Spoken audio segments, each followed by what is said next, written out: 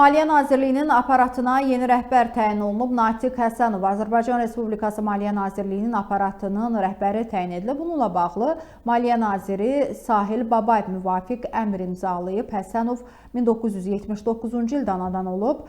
Azərbaycan Respublikasının Prezidenti yanında Dövlət İdarəçiliyi Akademiyasının Dövlət və Bələdiyyə İdarə Etməsi fakültəsini bitirib. Dövlət İqtisad Universitetində magistr təhsili alıb. O 2008-2011-ci illərdə İqtisadiyyat Nazirliyində sahibkarlığın inkişafı siyasəti şöbəsində məsləhətçisi, 2011-2012-ci illərdə İqtisadiyyat Nazirliyinin İqtisadi Siyasət, Təhlil və Proqnozlaşdırma şöbəsində qeyri-neft sahələrinin inkişafı sektorunun müdiri, 2012-2018-ci illərdə İqtisadiyyat Nazirliyinin Dövlətlərarası İqtisadi Əməkdaşlıq şöbəsinin müdiri, 2018-ci ildən isə Kiçik və Orta Biznesin İnkişafı Agentliyinin İdarə Heyəti sədrinin birinci müavini vəzifələrində işləyib.